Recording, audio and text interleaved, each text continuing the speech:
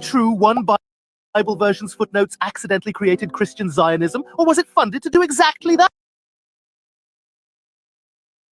Oh, dude, the Schofield Reference Bible dropped in 1909 with special footnotes that totally changed how Genesis 12:3 was read by millions of Christians. Wait, what did it change? The footnote said God's promise to bless Abraham's seed meant modern Jewish people in Israel, not spiritual followers of Christ like Christians originally believed.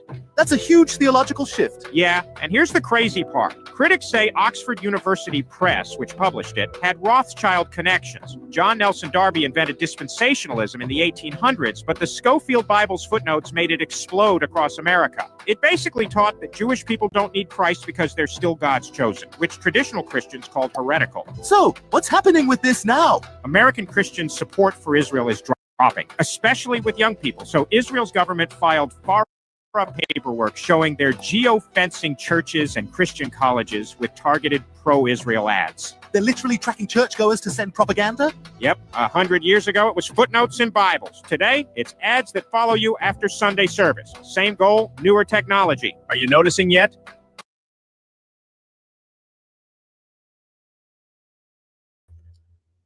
Hello, good evening, and welcome to another Webster report on this Sunday, the 25th of April 2026 on the Gregorian calendar. And we seem to say this every week, Alex, but wow, the things that have gone on only yesterday. How have you been, mate? Yeah, I mean, I can't grumble. This is you get the usual challenges of bureaucratic life that don't leave you alone. We know about the state's interference in the freedoms we should have. So most of my problems now just come from such, institutions. They're fairly minor in my case. Nonetheless, they are annoying. And wherever you go, if you say you just go on a motorway and you go anywhere near a variable speed limit, they're changing them all the time.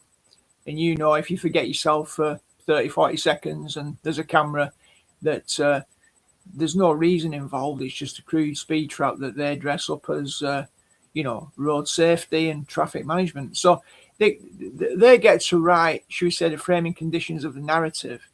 And, largely it's just expected that we'll comply and that we just have to see these extras as, taxation. But it's quite difficult when it happens to you a lot because it starts to feel personal, especially when it impacts your life in pretty intense ways. I don't think anyone likes being conned or scammed by a system that's rigged and intrinsically corrupt. And it's like, we're all like the golden tit that keeps being milked and milked and milked. While those who already have loads of resources, most of them just want the ones that they've not got yet. And so we're in firing line. So yeah, but generally, it's this scenario that we're in now, like of the zombie apocalypse. Every man, woman, and child for themselves who can survive the longest. And most people, as we know, will just say, "Well, it's not affecting me yet, so it's not too bad. It could be worse." And that's how people function. But it's, I mean, we do seem to say a lot of things every week. I mean, even sociologically speaking, Alex, but we do say these things because it's quite baffling that how do people not see the prison bars that are all around them? How are we still not seeing this? As you said, people don't like being conned. If you do somebody out of a quid, they'll be onto you. Yeah, this system, we've been born into this system. So maybe it's that. Maybe it's because it's just been normal every part of our life. And then the next thing is the unknown. Well, what do we do if people don't tell us what to do? If we don't get up at such a time and go here at such a time and do that and then get rewarded for that task? Do you see that when we've got this literature that speaks about this stuff, Orwell, many others, we've seen that from their own documents, this is always what they wanted to put in place. We're seeing companies that are all rated, all consolidating into just these, these entities that are just sucking it all up. And as you said, we're fueling that. The time that enough people say no, and then just carry on doing the infrastructure, but we don't seem to know what to do. What could we? How do we join these dots? Because I mean, everybody knows there's something wrong, Alex. I'm not sure that they do. I mean, a lot of people do, but there's a lot who just think it's a given that this is just how the world is. So, what you were saying about that, really, we're human beings, so we're supposed to have superior grey matter to animals. Now, if you look at leopards, and cheetahs, I think there was an experiment done on a game reserve in Africa, and what happened was they had a load of space, but what they found was every time they moved the fence further and further back to increase the size of the reserve, you'd always find the leopard at the fence, looking through, peering through, and going, "I wonder what's beyond here." So the leopard, on some level, was kind of saying, I've got all this space, and it wasn't content because it was more bothered about where it couldn't go. That's the very opposite of us. We've had our prisons constructed for us very skillfully. And that's why they can be audacious enough to suggest that 15-minute cities might work, because, there's a local Wetherspoons. I mean, I live in Darwin, right? It's a nice area. You've got the walks. You don't need a gym membership when you live in a hilly area. And, decent Wetherspoons, the chapel. So you can get your food there. Don't need a car anymore, do we? Some beautiful parks, particularly beautiful park with a waterfall in it. Bonaventure Park, 19th century architecture. So there's a lot You've got your stuff. medical centre, you've got your entertainment sorted all there as well. Yeah, some decent bars and stuff. So, I mean, we know it's all coming from the paranoia that the elites have about peak oil and have had for some time. They're not actually dealing with correct facts. Their understanding is that us useless eaters are consuming all the resources that they want for them and their families. Now, of course, they created the useless eater to drive, when the Industrial Revolution started, they wanted to extract all the goodness of the earth to support the industrial model, which initially was like factory owners making profit, as Karl Marx said in Das Kapital. It's not that Marx's economic theory was correct, but when he talked about the alienation of the worker, because the mill owners, factory owners, were exploiting their labor to make all the profit. And when you got the horses pulling the barges, I think it was about 60 times as much could be carried along as the horse pulled the barge than if it was just on the back of the horse, all over the back of the horse. So there was an exponential increase in the Industrial Revolution and the profiteers. I suppose the extra gain could have been spread out in a kind of a distributive justice, but all it did, it made a new rich class, which Marx called a bourgeoisie, and then we were the proletariat and so on. So there's been this, I think, move for a while that is difficult to halt. It's difficult to halt now, and it's really hard to know how to imagine in this world now, because we moved even beyond the Industrial Revolution with the tech revolution. So there's a disproportionate amount of power now in the hands of the ruling classes, and I mean, what we're going to be able to do about it? Are we all going to go retro? Well, they created the useless eater class, but they didn't think we were that at first. We were the slave class that brought about modern wage slavery. So we were the ones who dug out all the resources for them to exploit. But now they've exploited and they've colonized and secured their advantage. We are now we're a resource taxation that they don't want to have.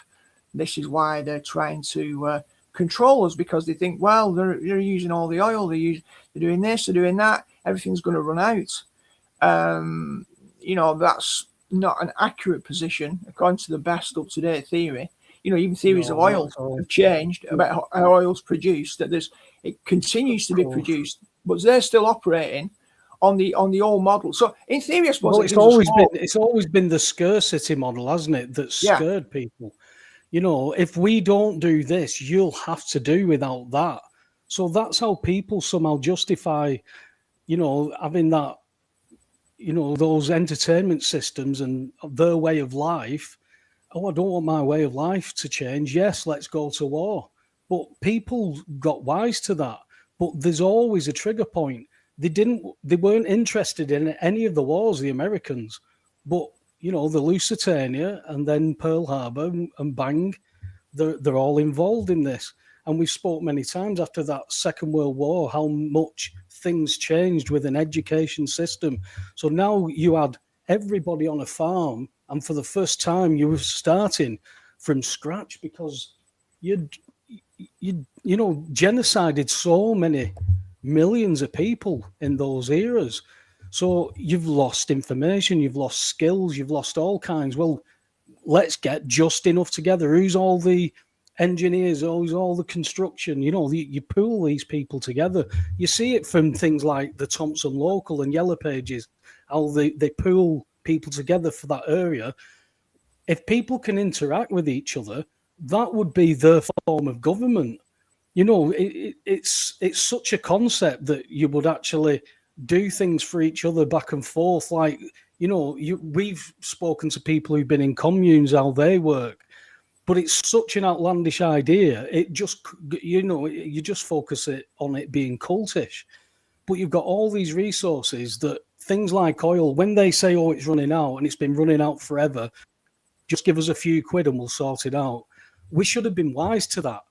And the factor is that on some level, I think we've always been wise to it. I mean, parents were wise to it. All politicians are corrupt. What do you vote for him for? Well, what else can you do? That's life. Look at these bills going up. Well, why do we have to pay them? Because that's life. All of a sudden, we've got all this information now, Alex, and we've seen how much the goalposts have moved. I mean, we've seen in the last 26 years, but, coming towards the end of the 90s, how everything's changed. When you look back to the 90s, it's not just that you're looking at, video cassettes and stuff like that, a family, and how dated that can be, but you see a different way of life. People, I was looking at some interviews with people, and like under 30s, people aren't going out as much and going dancing and talking to people because they're scared they're going to get on social media or this, that, and the other. So it's changed culture, the technology, the AI, how people now speak to AI and speak to Alexa. You've got people in China or Japan who have wives, AI wives, who welcome them home and stuff like that. So you see that of 100 years ago, there's nothing left. There's nothing left of any of the culture or the identities because it's being slowly eroded. When you then bring into these vaccines that have done all this damage, you're looking at the mRNA versions. They've changed something in the DNA. It's like if I patent something and put it into you, Alex, and I change your genetic makeup, that's a whole new being now, and I own that. So if Pfizer and Moderna's jabs did that, and we had the Supreme Court finding where there was now another person, you were talking what they were referring to as Borg Genesis. This is the beginning of merging. This is transhumanism. We were talking about this years ago, but we never thought people would go for it. But when you've got, massive companies of CEOs saying, yeah, by 2030, your iPhone will be inside you. This is building up for, well, what does it mean? What does it mean for people who can merge with those computers, become all this, that, and the other? They're gone. Is that the mark?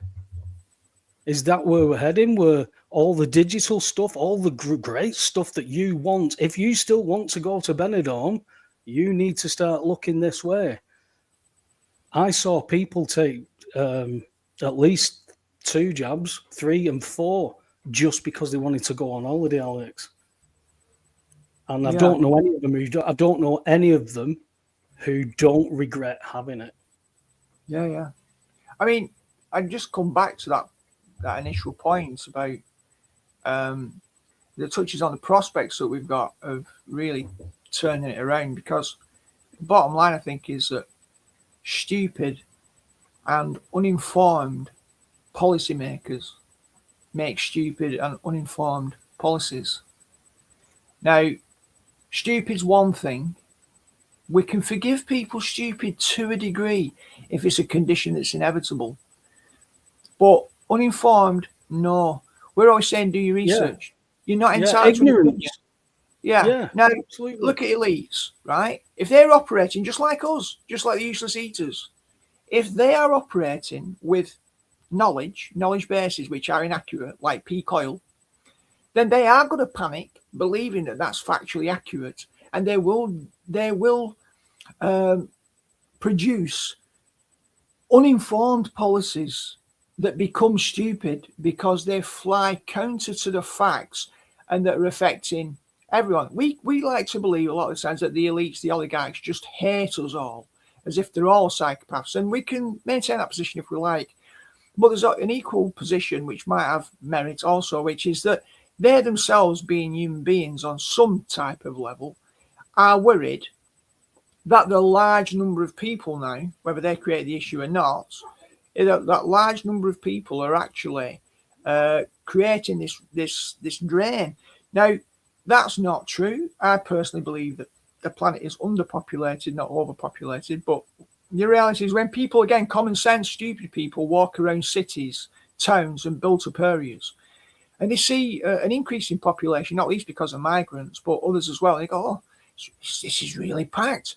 But they don't think when you go out to the countryside, you've got many square miles where there's nothing there. You could walk for literally 10 miles and not see a soul.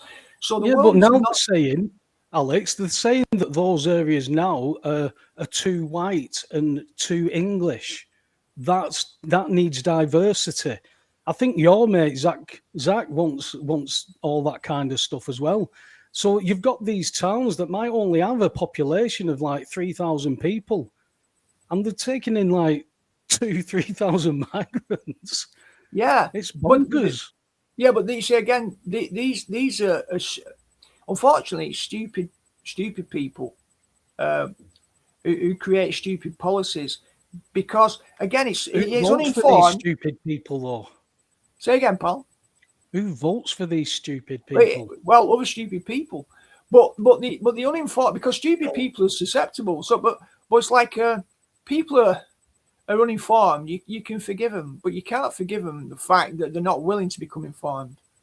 So they're in some sort of coma. There's a comatose effect going on, but through media dissemination and so on, these oligarchs dramatizing their paranoia, and 15-minute cities is all designed. Even this Straits of Hormuz crisis, whatever you think about it, whatever you think about the geopolitics, there are actors in there who are maneuvering it in the way that they want. So, a crisis of a lack of oil, crisis of lack of diesel, affecting freight, then they'll affect flights. Well, we know for ages they've been chemtrailing. We know they've been sun dimming. Now they've come out and said it.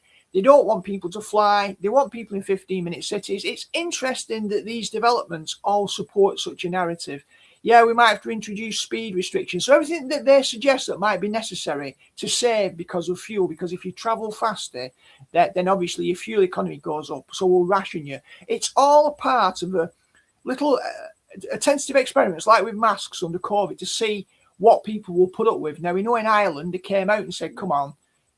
But they hope to just, section them all off, deal with them one by one, put out the fires, and generally convince people by inflating the conditions that this is really bad and we've all got to come together. I said under COVID that one big family coming together, in support.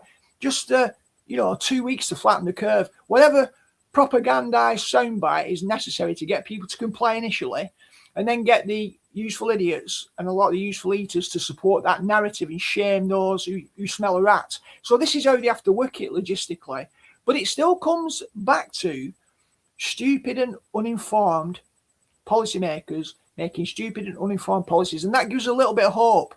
Because if these people who passionately believe this are trying to introduce 15-minute cities because they believe oil's running out, and they became acquainted with more up-to-date theories that demonstrate that oil isn't running out, then they could ditch the paranoia. Now, you might claim that they still hate the people and they still want to control them. Well, do they hate them? Do they want to control them? I don't think they actually do. I think they want to maintain competitive advantage for them and their own. They want to maintain the disparity between their wealth and the wealth of everybody else. And as long as they can achieve that, I don't think they would begrudge people, air to breathe. It's if they don't feel there's enough air, there's a problem. Then it's me first, you later. And because they see us as a large, almost like, an infestation of rats now, they see us as vermin. Yeah, we can portray that again as psychopathic and anti-human. But from their point of view, it's totally rational, because they've got the power, they've got the control, they've got the interests. And as long as they're okay, and there's enough people on the planet left to make sure it doesn't tip into catastrophic decline, then getting rid of a few people for them is entirely rational.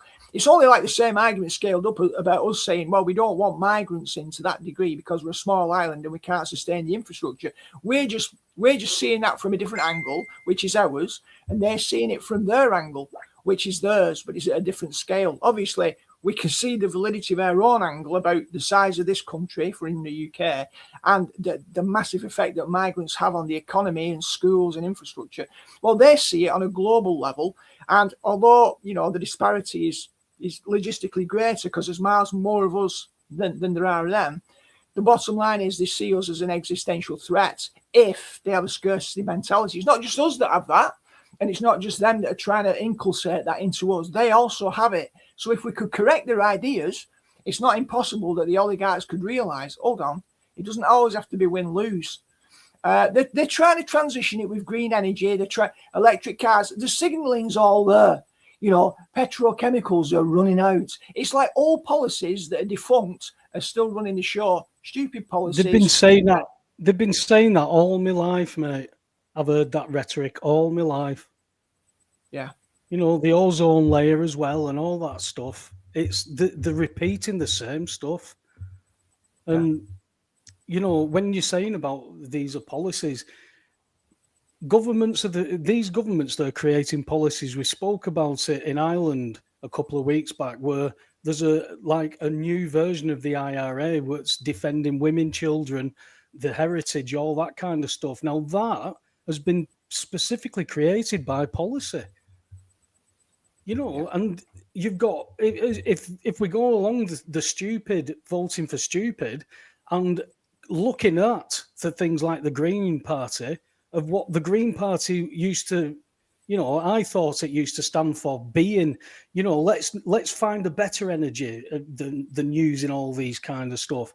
It's only when you actually see where the roots of all this stuff comes from. You know, you're talking about a complete ideology that's based on a religion. You know, and it's not just one religion, Alex. It's all of the religions. That's why every week we point to the Bible and say, this is why you must read this Bible, because it's not a religion. What the Catholics say about that, or the Church of England say about that, isn't true. And, you know, we've seen some stuff that's come out that's been pretty outlandish. And I shared this with you through the week. And I don't think there's anything more outlandish than this that's coming up here, Alex.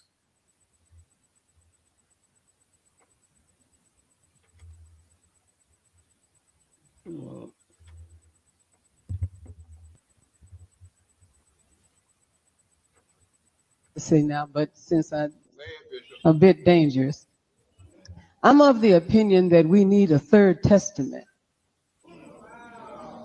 because the Bible has become problematic. Slaves, obey your masters as you do the Lord. It's a text. Let the women keep silent in the churches, and if they have any questions, let them ask their husbands at home. Now, I'm a believer. My whole heart, I trust God with my whole heart. I wake up in the morning talking to God and God talking to me. But I am completely frustrated with the ways in which the text speaks to the kind of vitriolic God that makes those kinds of things. And people will say, well, it's in the book. And I said, then we need to pour that page out. And they say, well, you can't do it. It's the word of God. I said, no, it's words about God. Come on now. But is it the word of God? No, it is not the word of God. Wow. Not the word of God, mate. That's an established church. That's an establishment, the UCC. And she's on a podium stating, that's not the word of God. Let's rip it out, calling him a vitriolic God. Where's the understanding of what the scriptures say there? There's nothing. What God does she speak to every morning, mate? Yeah, exactly. I think it's symptomatic of a general. I mean, that's really blatant, but actually, you see it in the Church of England, don't you, now, with female Archbishop of Canterbury, and it's got nothing to do with See, the problem is, as soon as you've got feminism working to such a degree that it has in the culture, misogyny.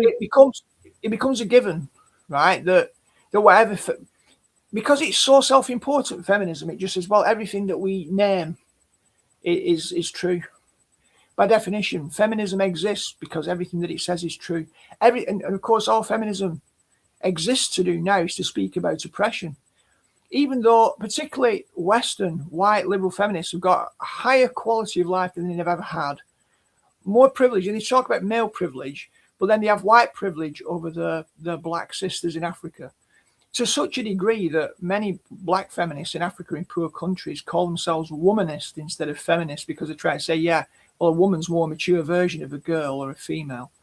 So, you know, a womanist sort of approach will say you've got to take class and education and privilege into account in a different way. But when you've got feminism in a generic sense, everything that it talks about is just oppression. Everything's oppression. So then what the logic of that is that if at any point a man happens to say something that isn't what feminism preaches, he is mansplaining. It's just too easy to use that as a catch-all. So you can't have differentiation. Then people will quote Galatians 3:28. There is neither male nor female. There is neither Jew nor Greek. There is neither slave nor free. She mentioned slaves. For you are all one in Christ Jesus. What does that actually mean? Slaves were not abolished. There was Onesimus in the book of Philemon towards the end of the New Testament who was a slave. And it's talking about, but that was just how the culture was. It wasn't that the Bible was advocating slavery. At the end of the day, the people of Israel at the Exodus had been enslaved by Egypt. So sometimes the shoe was on one foot, sometimes it was on the other. There was no contemporary ethical sensibility about slavery at the time. Modern wage slavery is far more pernicious than a lot of the traditional slavery that existed, where people actually who had slaves really had to look after their slaves, because actually otherwise they couldn't work. And many slaves, when they were given the chance to be set free, they didn't want to be. Now you could say that's because they've been socialized into the enslaved condition. There's always an answer. Or you could say, well, actually, we've got enough in life.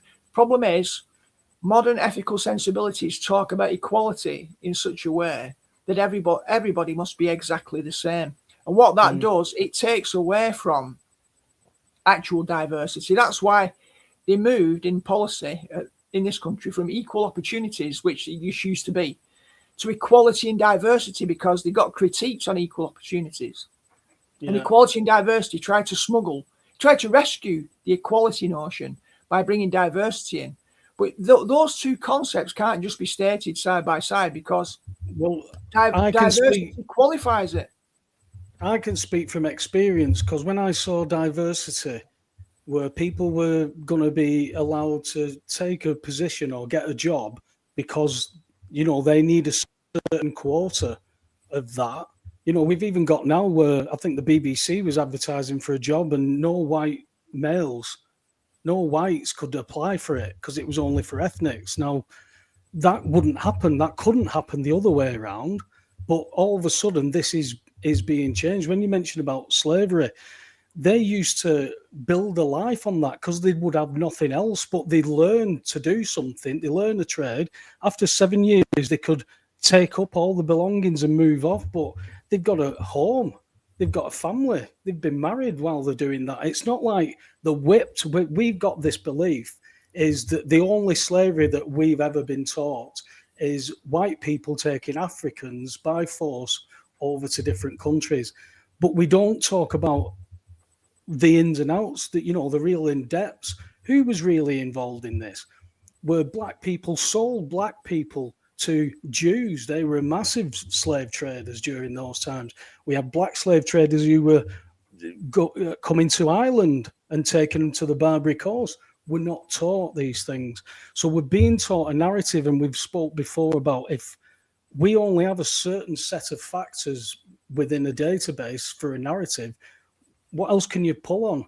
What other things can we create? Because we've only got where I am right now. Without this communication system, I can see what's in this room. I can talk about what's in this room, but it's going further afield. Well, if, there was a thing I remember from the 80s where Americans didn't understand people going on holiday to Europe because they had everything. They have all the climates. They can do whatever they want within that country. So traveling to Benidorm or something like that would, they couldn't understand it. Whereas, people in the Northwest, it's basically wet and damp for a large part of the year. And then when it gets hot, as soon as the sun comes out, we've got water bans and all this kind of caper. And we've been conditioned to all that. And then the best thing is to escape, isn't it? Well, what if those pressures don't change, get worse, but then you can't escape? There's no fuel. I've noticed that there's no panic buying going on. Maybe that's because people have, decided there's some common sense coming to them. But on Friday, the Daily Express was saying that sources say that you should tank up your car before the weekend. It's prepping. The prepping people. And I don't think anybody is, but I don't think many people are going to be ready for what the changes could be. We're at that cusp, aren't we, where if enough people say no, then it changes things. Things aren't set in stone, shall we say. We've got a chance as an observer to change this reality. Where are we at? Are we exposing? Are we interested? Are we watching? All this kind of stuff.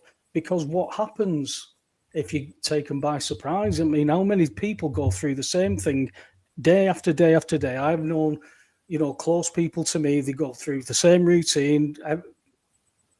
The routine goes as planned, and the part of that day, something happens, and that routine's now scuppered because somebody who was there in the morning isn't there in the afternoon, and they're not going to be. How do you cope with that? Well, when we're going to get these government policies that are going to inflict this, well, you basically are looking to divide people up, but the policies are creating diversity to put people in to jobs that they're not qualified for, that they can't do, but it ticks a box. So what does that mean?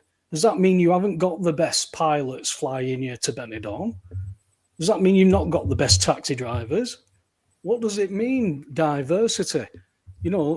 This lad drives, okay. Where's he drove? India. Does he understand traffic signals and yellow lines and stuff? It doesn't matter. It doesn't matter anymore. Whereas when I grew up, health and safety was quite lax. But you just got on with stuff. When I had quite a bad injury at school in juniors, my mum never mentioned about suing the school. 4 years later, it was all the rage. Everybody was doing it. We're being taught an absolutely different narrative, and it's worldwide, Alex, because all these factors have all been engineered all together. We don't talk about Davos, we don't talk about Bilderberg because nobody knows about it. The Committee of 300, the Council of Foreign Relations, nobody cares. The Royal Institute, Tavistock, you put all this stuff together, there's a pattern, and yet you're a conspiracy theorist. It's like that, it's that karate chop reflex, isn't it, where you start to speak something that's totally different to what they know, like, hey, you shouldn't pay your bills. People don't react well to that. But you said at the start of the show, people don't like being conned. They're being conned, but they don't care because the mum and dad taught them, this is life. We've got to get conned. This is our role. This is the part we play. We're the non-player characters, don't you think? Yeah, I mean, what's interesting to explore here, I think, is in a large, robust system, which the world obviously is a large, robust system, and it's made up of subsystems, but just see it for example purposes, one big, robust system. Now, imagine within that large, robust system, there are 1 million jobs get advertised, and there are 100 applicants for each of those million jobs. The difference between the objectively best candidate out of the 100 getting the job and the objectively second best candidate getting that job. The world is sufficiently large and robust with 8 billion people in a population that those 1 million jobs going to the second best qualified rather than the first best qualified. We wouldn't have any contrast to be able to run like a quantum experiment, as if we could see in real time the situation where the million best candidates got into positions and the million second best ones who actually got in were compared. What would the measurable difference be between the second best and the first candidate? We'd never find out, and we'd still be okay because the second best candidate is still very good out of 100. But there would be a loss through those million jobs. There would be potentially a measurable loss that we'll never in reality get to measure. So that if you extrapolate that principle, you see that there is no way of creating the perfect set of individuals for the perfect range of jobs. All you can say is you must commit to a principle or a value that says all our systems should attempt to procure the best possible candidate, the best possible way forward to maximize our gains. And in the case of a job, it's usually the gains of a company, often competing with another company. So it might be two companies, it might be Google versus Microsoft. And if Google had 1 million, Microsoft had 1 million, Google got the million best, Microsoft got the million second best, Google's just going to be lifting up above Microsoft slowly and incrementally in its performance. But overall, what we should say, if we don't just see it as competition between different businesses, if we see it on a humanitarian level, and I'm often critical of humanitarianism without theology to underpin it, because God's definition of what a human is should be defined in our humanitarianism. But basically, when you've got everyone pulling together in a set of systems that are designed to work towards the best interests and the highest standard of creativity and ability, that should, in theory, drive forward the best results for everyone. So if you've got, 1 billion people on the face of the planet operating, as I've said in the past, some while ago, like lower order primates, like chimps, because they've just been rendered stupid by stupid and ignorant policies, and over time they get socialized into it, say like kids in school today into trans, they don't know any different. Then over a generation or so, you've successfully supplanted the critical intelligence and normalized the very thing you talk about, your mum and dad teaching you, your school teaching you, and then it's difficult to get out of that bind. But essentially, give me the kids. Give me the kids, I'll create the nation. Exactly. But if we could somehow turn that around and imagine, 1 billion people operating at the level of a lower order primate chimp, and one Elon Musk amongst them, and that billion are relying entirely on Musk's brain power to elevate the quality of life for the whole billion. That's the amazing thing. Musk alone could do that for 1 billion people. That's the power and the beauty of the human mind and its strength. Just one Musk could raise the quality of life for 1 billion chimps. Now imagine if those 1 billion chimps got the right kind of input to maximize and create a win-win. You could have 1 billion. I'm not saying you'd have 1 billion Musks, but you might have 200,000 Musks when people were operating at a higher order primate level rather than being dumbed down. So it doesn't make any sense. The elite's policy of dumbing down education for competitive advantage, it's very short-termist because of the paranoia that they've got as being a small number logistically over against the useless eaters. So they recruit the useful idiots to control or farm the useless eaters. But if they could get past a lot of these idiotic ideas and the paranoia and fear they've got and mobilized out of 1 billion, instead of just one Musk, you had 200,000 or 100,000 Musks. Then think about that. How much better if you had 100,000 or 200,000 Musk-like level of opportunity and intelligence working on stuff to raise the quality of life for everybody else compared to just one.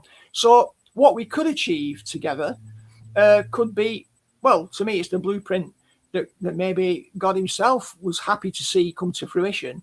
But instead, we've inherited toil, labor, subjugation, and the bourgeoisie dominating over the proles.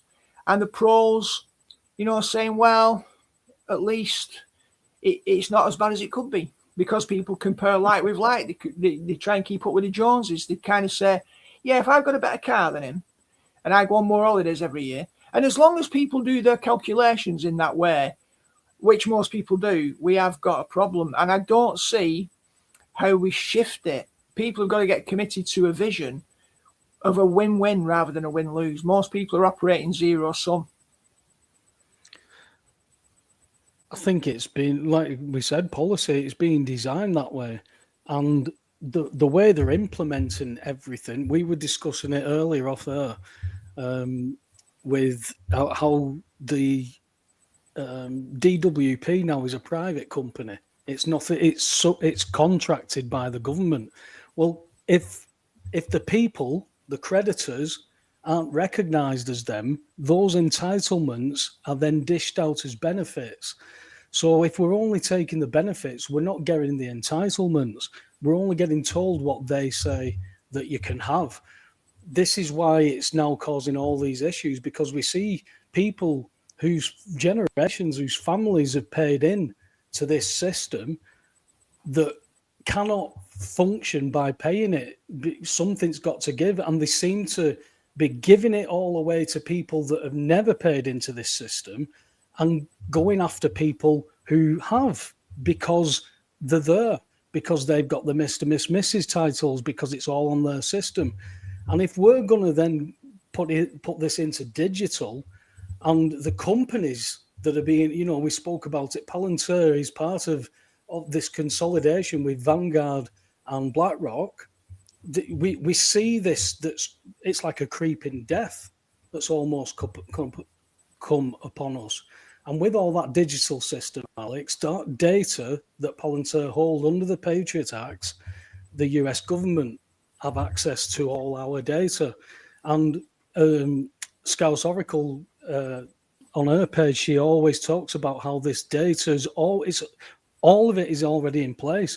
There's no opt-out here. If you opt out, you're still in. There's no opt-out. Why? Because you're being dealt with in a system that can only function with that. And as long as they can carry on holding on to you, they're going to drag you into that system. So at every point, I think, there's going to be a line drawn, Alex, and one by one, people are going to have to face up to, well, if I still want my gas, water, and electric, I'm going to be paying it. Before that happens, they collapse the economy. There's no bills of exchange. There's no nothing. There's no doing anything. That's why I said 10 years ago, we saw what it did within that system. Of if people cottoned on to the truth, because people in the system were cottoning on into the truth. I saw people get promoted from like office clerks because of the paperwork that they were, and they were still solicitors and being minded like a solicitor. They put two and two together and they could understand it. Knowing that information got people a lot of promotions. So when we go on to this, again, we'll just see how all this stuff is starting to form as a pattern.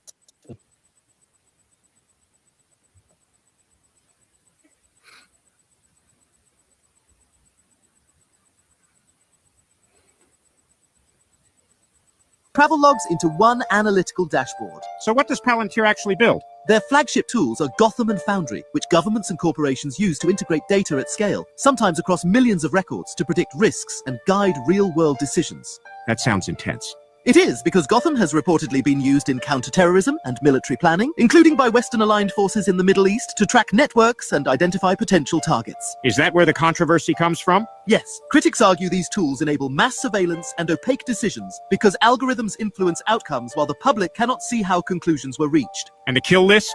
Their analytics support military targeting workflows by ranking risks and connections. Since Palantir's founding in 2003, this support role has blurred lines between data advice and lethal action, raising accountability concerns. In current conflicts in the Middle East, Palantir gives a threat rating to different targets and suggests them for attack, effectively generating a kill list, which many think was used to attack the girls' school on the first day of Operation Epic Fury. When the CEO, Peter Thiel, was asked about this, he said to defer to Israel. What about using it at home? That fear grew after Palantir's contracts with ICE, where data tools aided immigration enforcement, making people worry the same surveillance infrastructure could expand inward without strict limits. What about J.D. Vance? Vance's entire political career has been funded by Thiel, which lead many to believe he's owned by him, and many believe that Thiel wants to usher in an Orwellian surveillance state, similar to that of Big Brother in Orwell's 1984.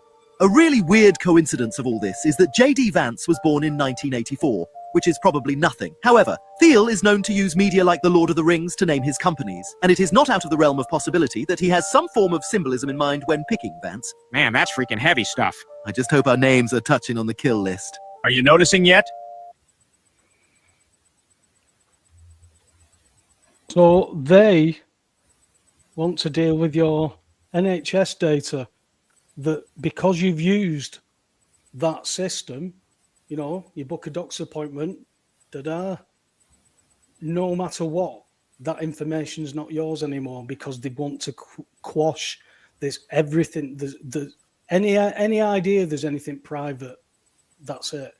You know, that people still have this notion that they own property because they paid it off.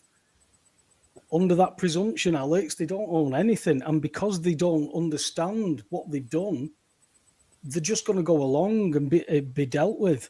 This has always been, when you back engineer it, it must have always been their plan. You know, they've creamed off people for all these years, mate. You know, Money Thursdays in the magistrates court, rubber stamping, judge, bit of overtime, I'll get some done for the morning, I'll be teeing off at 1 o'clock. All that kind of stuff that was normal life for all these court clerks and people like that. You know, it's, if you've got people who work in that system, go home and tell people, yeah, that's how it works. Oh, well, they work there, you're going to believe that, so that's life.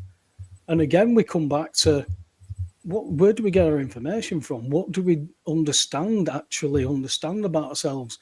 And at what point does all the traumas, because you can be kept in a permanent state of fight or flight, which is a trauma, at what point do we get to, which is normally when you're broke and you're in despair, do you understand that most of your, if not all of your life has been, instead of you knowing you and your own personality, it's a trauma response that you've based. So you've put a mask on, you know, you've put a mask of the jester on, you know, you're not smiling behind the mask. Yeah, I mean, what you're saying, it raises some interesting points regarding how humans engage in projective identification a lot of the time, because like we've got gaps. All humans have got gaps, knowledge gaps. And even if you look at how the eye functions within the body, the amount of data that the eye actually picks up is less than the image that gets constructed. So our brain provides a lot of the missing image, that the pattern is picked up by the eye. So this is the case for all people in all interactions and situations. It's like people don't think about these things very much. Like with the Bible, all the characters who are portrayed in the Bible, one thing we cannot do, we cannot reconstruct the subjectivity of any one of the characters in the Bible. We've only got their external pronouncements, the narrative framing within which they're set, and the claims that are made, and some of the behavioral traces of the way they conduct themselves. But we can't from that reconstruct the motivation fully and authentically. This is why Jesus said in Matthew 7, do not judge, that you be not judged, for in the way you judge it shall be meted out to you. So be very careful. But what we have to do with projective identification is we have to assume that, you know, we're in the seat of that other person. So we insert ourselves into the life of that biblical character. And we effectively say, without realizing it, if that were me in that situation, this is what I'd be thinking. And then based on the external things that happen, we insert ourselves into the narrative, because we've all got the capacity to understand the dynamics at play, because we're all human. We've all been in family dramas, political dramas, trouble with your manager at work, power hierarchies. So that's how we managed to read. We managed to read from the subjective frame of our own experience. But we assume then that we can perfectly reconstruct what was going on. This is why people either get into sort of prescriptive legalism like the Pharisees, to say, no, it seemed to say this, it said that, this word was definitive. And that's what that woman in that first clip was rebelling against and trying to say, oh, no, we can't do that. So she's recognizing a problem with the straitjacket, but then she goes too far the other way, which is the other error, which is called antinomianism, which is the laws don't matter. It's all personal subjectivity. It's all part of my walk with God. Now, the truth of the matter is that the reality lies somewhere between those two poles. Is she not a good advert for why women shouldn't teach it, though?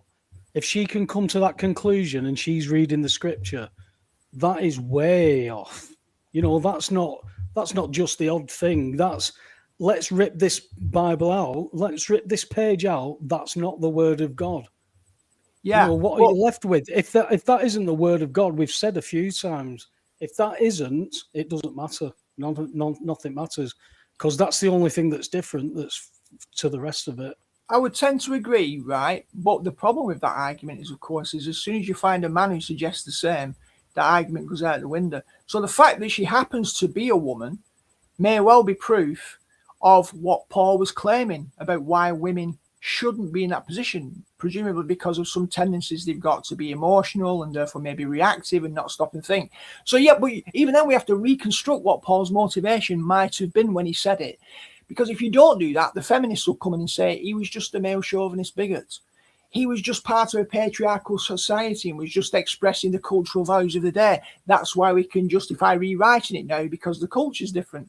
So what we all do, we try and reconstruct the psychology. So again, if we apply that argument, if a man said that, we couldn't use that argument, but it'd still be somebody creating, you know, what I would consider to be an erroneous take of understanding of scriptural authority. But we always try and provide the extra material that doesn't exist within the text to try and justify in our apologetic discussions with others what the text might be pointing to. So the problem with it is when people make pronouncements, there's all types of thinking, there's all types of life experience underlying it. Now, for some people, they're very chaotic. They speak before they think. They just blurt things out, and they try and use the force of will and emotion and put people under pressure and make them feel bad. They guilt trip them. That's I would consider to be a pretty illicit way of arguing to try and win. That's what the left do at all costs, to weaponize emotion over against reason. Those who try to be more objective, this is why, you know, it became a standing joke when I would say sociologically speaking, because when I do that, I could just express my opinion and then someone go, why should we listen to him? He's just a talking head on a screen. And that'd be right. Why should they listen to me? But if I provide a basis by saying, look, there's a frame of reference here, sociologically we can recognize, we can see these characteristics time and time again. I'm trying to give them a basis by which to understand that what I'm saying or what I'm seeing is based on perspectives that can actually be examined, that could be criticized, that can be adopted. If we don't do that, what happens is people just get up onto the pulpit, they take their position of authority and they effectively preach. But preaching actually is notoriously ineffective in influencing people. Conduct, integrity, processes over time, people monitoring your character, watching how you behave in various situations, particularly under stress. That is, you know, stress fractures reveal, you know, things about strength. Some people who appear strong are rigid. So when they come under pressure, they crack. It's like the blade of grass. Doesn't appear that impressive, but it can be flexible with the wind. So we've just got to be aware of those types of dynamics, and the way people operate a lot of the time is they insert themselves into these narratives, and they're really saying, oh, the narrative says this, but they're really saying my experience says this, and I'm just dressing up in the narrative to express my point of view. This is why it's difficult to avoid that concept that we talk about a lot of, eisegesis, reading yourself back into the text. How do we get the objective measure that says, actually, taken right across the evidence, it would appear that the message is this, not just in this isolated incident, but right across the board, there seems to be a theme, an emphasis, a movement of ideas which are consistent. At least That way, you're aligning yourself with doing your diligence and seeing trends and patterns rather than going, oh, look, I looked at that scripture there. Oh, look, it's cultural, this thing about women. You know, is it? So you've got to do the work. What I'm saying is a person's got to do the work in itself. If you don't do the work in yourself, you will tender out that job to somebody else. And in most people's cases, they'll go, yeah, the government really do me head in. But there's a lot of things I don't have to do because they do me PAYE, they do this, they do that. And I've said before many times, when I come home, I press my button and my gas comes on or my lights come on. I don't want to be coming home after working hard, chopping logs, getting kindling, setting up my fire. And then the government are just going to shut me down anyway. So I've not got time for that. So they don't have a log burner. So ultimately, people are making choices every step of the way to fit in with a system that makes it easy for them. And the price they pay for that is they're in compliance with that system. They're in agreement with that system. They're agreeing with them to say, I'll agree to be lazy if you agree to wipe my bottom for me. So people have to say, well, maybe I don't want that to happen because it's disempowering me. And maybe I need to experience some discomfort to explore these things. If people can't do that, then we're going to stay in the same position. But there are always going to be those, like that cheetah, like that leopard, when they get to where that fence has been placed for us to make us feel like we're free, but we're in an open prison. You'll keep saying, yeah, but what's beyond this fence? Why can't we go here? You don't just give me a really big zoo space to walk around in a 15-minute city. Why are you taking my freedom away? But when people are under cost, they go, hey, it's better than nothing, isn't it? We could have been totally destroyed by that Straits of Hormuz crisis. It could have been thermonuclear. I'm glad to live in my little hamlet and my 15-minute city. I've got everything that I need. So people will start to make these trade-offs because they place security first and continuing to survive. So, you know, if people don't want to look beyond that and they keep going for comfort, you know, well, this digital data system that's coming in with these changes in the law to get rid of everything and make it just this legislation that we've been acting under all this time, there's not a great change in a lot of people's lives. But you've got the law and the attack on the spiritual as well. And the spiritual is going to lead you to one religion. And people who are, you know, this is life, who don't see this, that's what's going to get sucked in. So we see the world forming its government. We see the world forming its spiritual leader. We see it being built, yet we don't. So how you yourself said preaching and evangelizing doesn't always work because people ignore it. People are busy, all that kind of stuff. And I must admit, I going to Anfield every home game, I used to hear the same fellow with the sandwich board. The end is nigh on it, saying, repent, the end is nigh, all that stuff. And everybody would shake their heads and walk past him. And you'd think, bloody hell, that takes something to stand there, to have all that faith in front of all those thousands of people. I never saw the fella take any kind of abuse whatsoever. You know, he was like a local fella that everybody knew who went to the match. But it takes something to do that. Now, as we've said before, we've come across a lot of people who say they're Christian and they say they follow the Bible, yet they've got a belief that's mixed in with that, which wouldn't work for me, because when I started to read it, I just understood what was standing out by these religions that said they followed it. So if you're traveling on that narrow path and you go off 0.001 and you're traveling for a long time, you're going to be way off in the end. So if you believe Jesus is the only way and you believe in Jesus, but you don't bother looking at what he said that he wanted from you, what you needed to make sure you didn't get sucked into the world.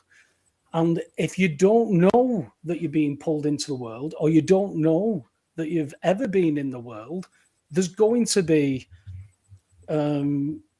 judgment on all that, how you've acted. Remember, the law's written in our hearts, so there's always going to be that how you've treated people. The people that you treated well, you treated Jesus the same. The people you treated bad. You know, what's the scripture? You'll be able to bring that off your head, where they're talking about. Lost me thread. Do you know where I was going with that then? No. Oh, brilliant. Need a bit more info. You weren't listening, were you? What was that? I said you weren't listening, were you? I just heard like a robotized voice. Oh, it might be a few technical issues this end. But yeah, we're having this attack on the spiritual aspect in a reality that we've been told that this is life. So you've basically been told everything. And as you said, I don't want to do that. Oh, I've got to read this Bible. I've got to do overtime this week. What will this bloke will tell me? What have I got to do? Just that. All right. Oh, well, I'm okay then. And that's quite a scary place to be in. If you don't realize there's no need for you to need a savior, or you just have to say his name a certain way, it's such a dangerous place. The Bible says, let every man be a liar. Don't listen to people. The people will take things wrong. They'll read things into it. That's why I made that plan with myself that I'm going to just read it as if it's a book telling me what is going on and let it see how it sits. And I could just see that, you know, when you see Jesus say, don't pray to anybody else, pray to the Father in my name, then you can go and sit in a box with an old fella. It can't be. There's something not right about that. And there's so many people that follow that religion. And then when we say follow that religion, it's because, like me, I was Church of England, so I was Christian. My mates, some of them were Catholic, so they were Christian. Well, it didn't differentiate anything, Alex, but the Bible does, because it's about you and your relationship. Nobody else. Doesn't matter what Dave's doing, it's all about you. Yeah. I mean, have you ever met a person, Paul? Seriously? Oh, hang on, you're going legal here. Which dictionary do you need here, mate? I know, this is the thing, innit?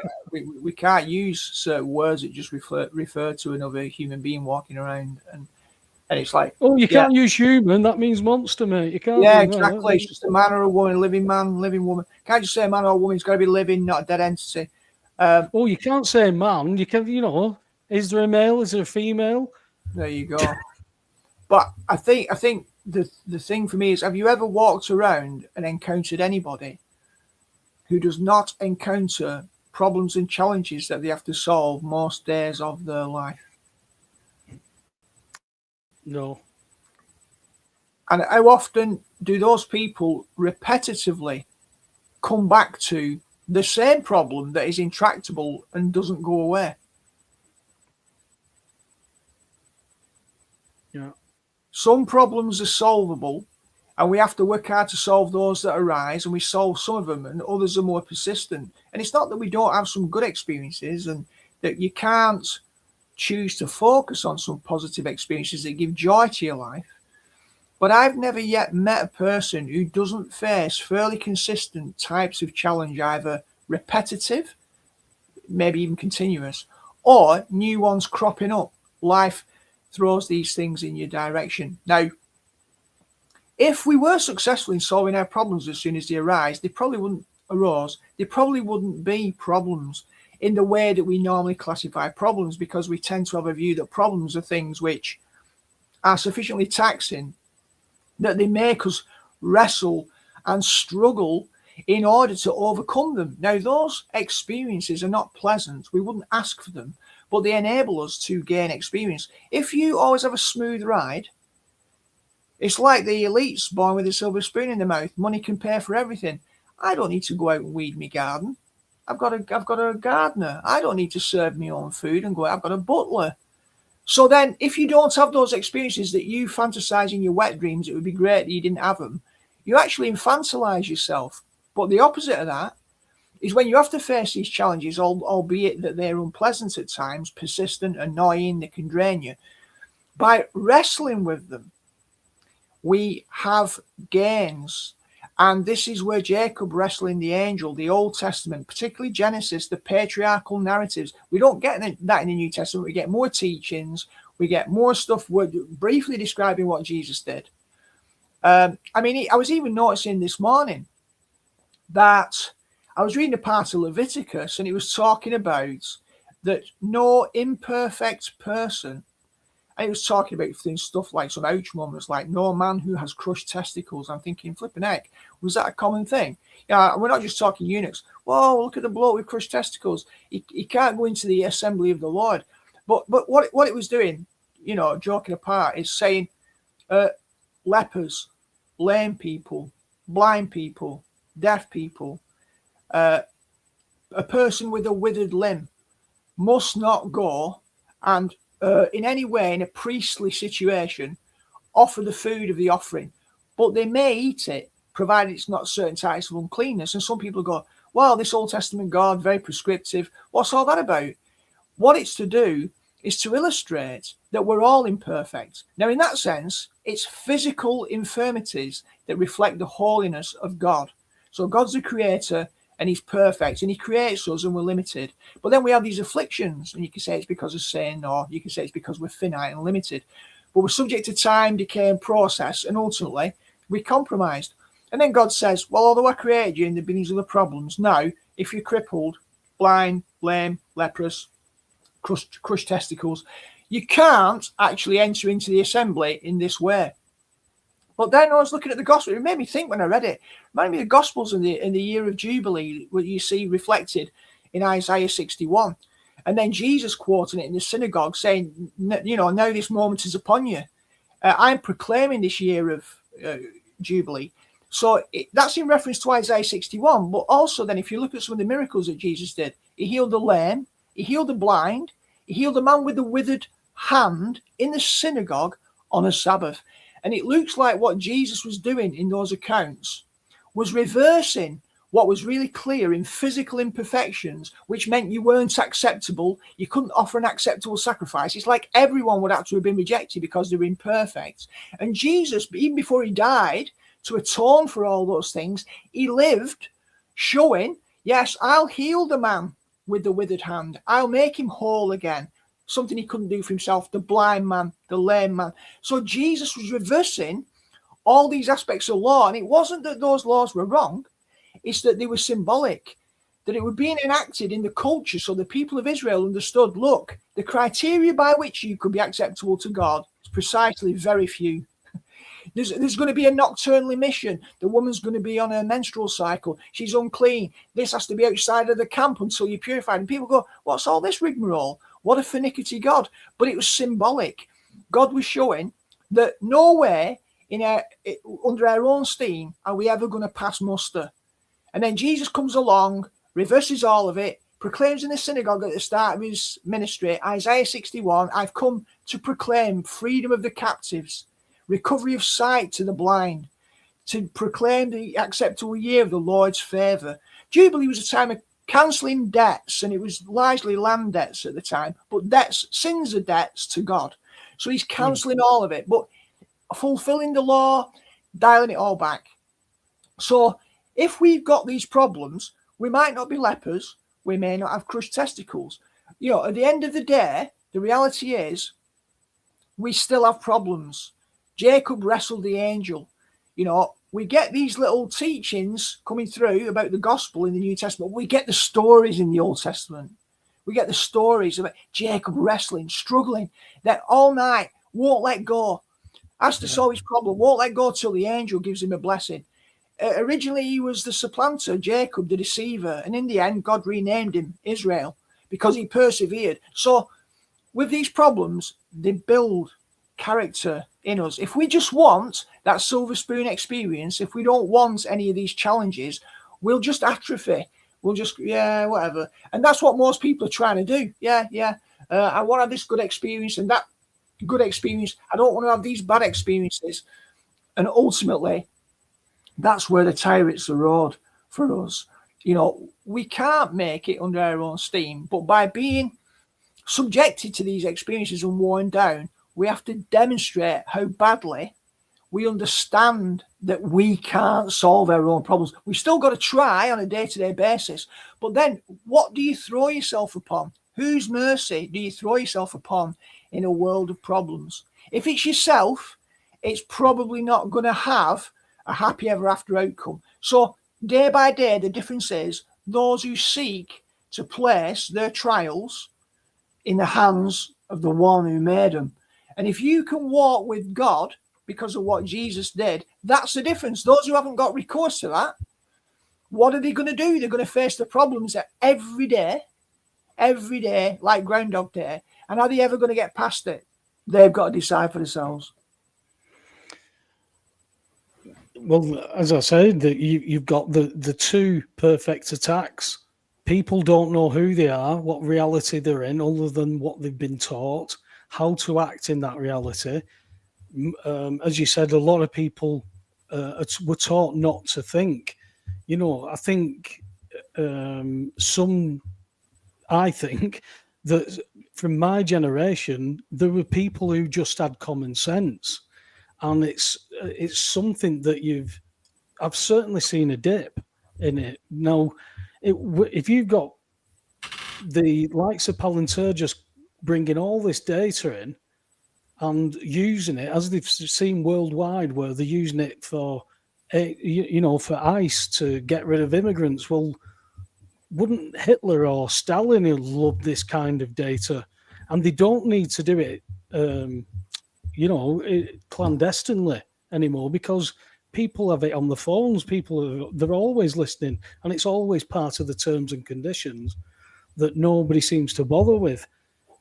So once you've got control and you can decide where people need to be prodded and pushed from, all the reactions that we're seeing, Alex, where you're going, ooh, I'll vote for this, or I'll do that, or I'm never voting for them again, it's all being prompted. It's all everybody's being coached. But on top of that, the genociding people, they're actively passing policies to force people, even though it was voluntarily, remember, because no, we didn't force you to have them jabs. We didn't force you to do all that because you didn't have to it. Yeah, but I couldn't go here. Yeah, but that's policy.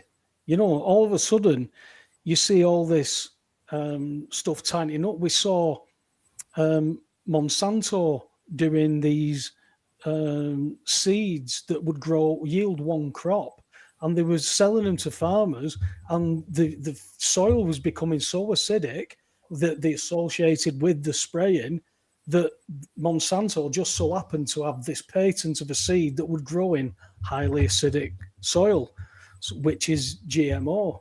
So all this has been going on for decades. Well, it's been going on forever, but this particular thing where we're at, you know, I don't think there's no stopping the end coming now, Alex. It's how bumpy a ride do we want? You know, apparently it's going to get really bad. Do we want to look into these things? I mean, I personally want to know what the truth is behind everything. I don't want convenient lies, because it's just not in your nature, is it?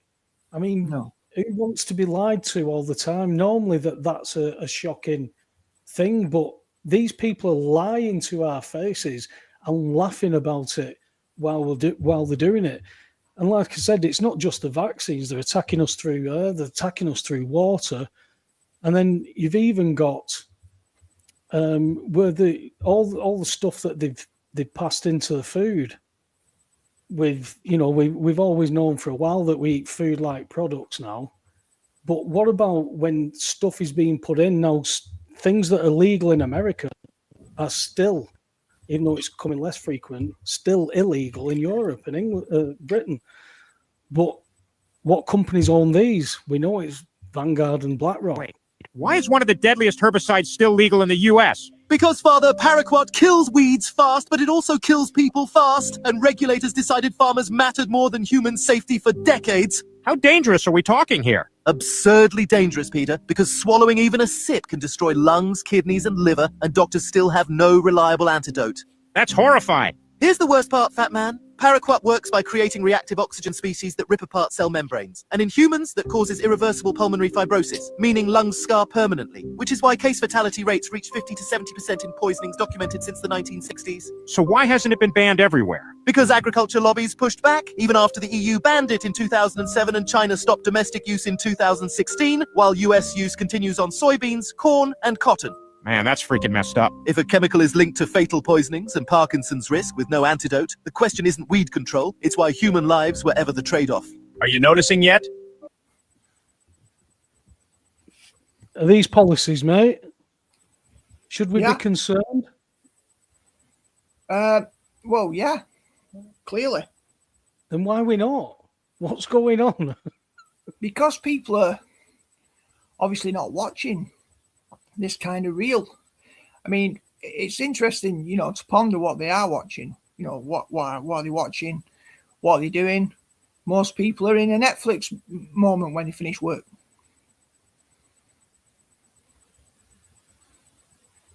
I think that's policy. Even though the police are now saying that anybody who's got a fire stick, they're going to find you. Do you know how they're going to do it, Alex? Ron? Bank accounts. Yeah. Well, HMRC now, they've got this AI, and it's all very effective at tracking. As soon as you've got data, I mean, if a person, you know, it's always been the case that people buy houses off other people, but now, whenever that happens now, those two names are linked forever in the AI to see if there's future anomalies, right, involving those two names. Because if there are, they can suspect, hey, oh, there's an anomaly in the data. These two could be working an angle. They could be ripping HMRC off for some tax. It could be a property that's not just, say, because obviously you're not a first-time buyer, say, let's just say you're buying a second home, but actually, or should we say, not a second home, you know, the second home that you've had, so you're upgrading, but you still only got one property. And it might be that somebody's gone to two properties and they want to hide it because of the HMRC tax rules. And you might be, because they now have this buy-to-let landlord tax in HMRC, they assume that everyone who's got more than one property is a landlord. And therefore, on some levels, you just have to pay a tax because you're a business. Even though we already know that they treat everyone as a business, they don't mind admitting that bit and telling you, because then you're a business. And then they can justify on a 170 grand property, instead of paying you £900, charging you £9,000, 5%. And that's why you're paying council tax on an empty house, because you're a business owner. Well, where are they making that presumption from, Alex? Could it be the title? You know, well, that underpins it. Yeah, that's what allows you to pull the scam. Yeah, for me, that's the root cause. The presumption is that title. Because if you argue anything else, that title still stands as the property is at least capable. When you've heard it in high court from a judge who was selected for that case, it is, at this moment in time, it is capable of being commercial. I'm not listening to anything more. Boom, shut the case. Because he found that standing. So it's got to be the title for me. And because we've been groomed into all this, look how close it's getting now with all this data. What you've just said about anomalies being joined together, that what if something was associated, AI is going to know it straight away.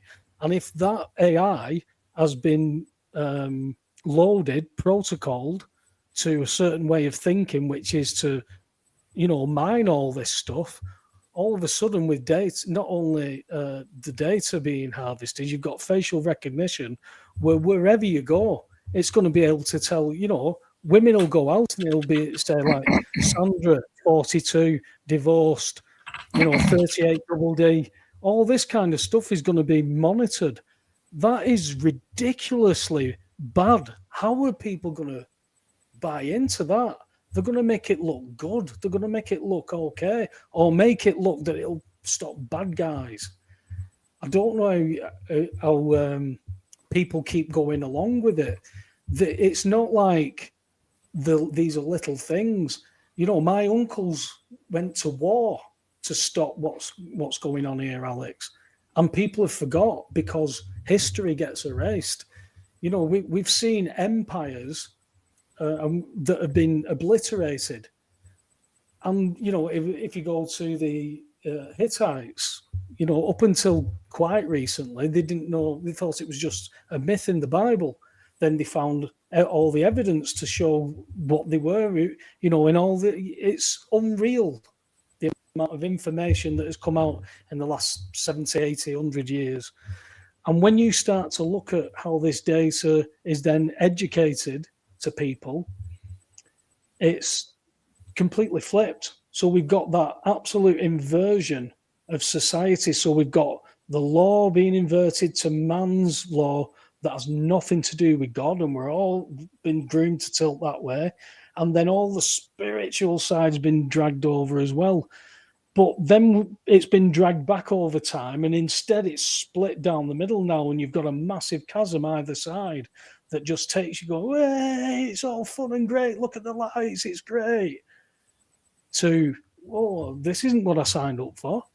You know, I always remember allegedly Anton LaVey saying on his deathbed when the Satanists are passing on all the powers to their underling, and he was allegedly quoted as saying, "Oh no, oh what have I done? There's something very wrong."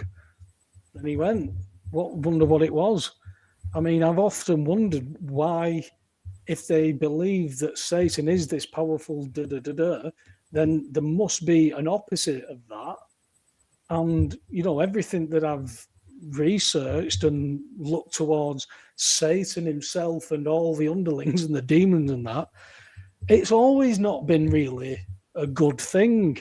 But that's promoted as cool. You know, I grew up in that generation with, you know, rock and roll and metal and all that kind of stuff. And you think, yeah, it's harmless. It's just music. It's just this. It's just that. But then you see how it affects other people.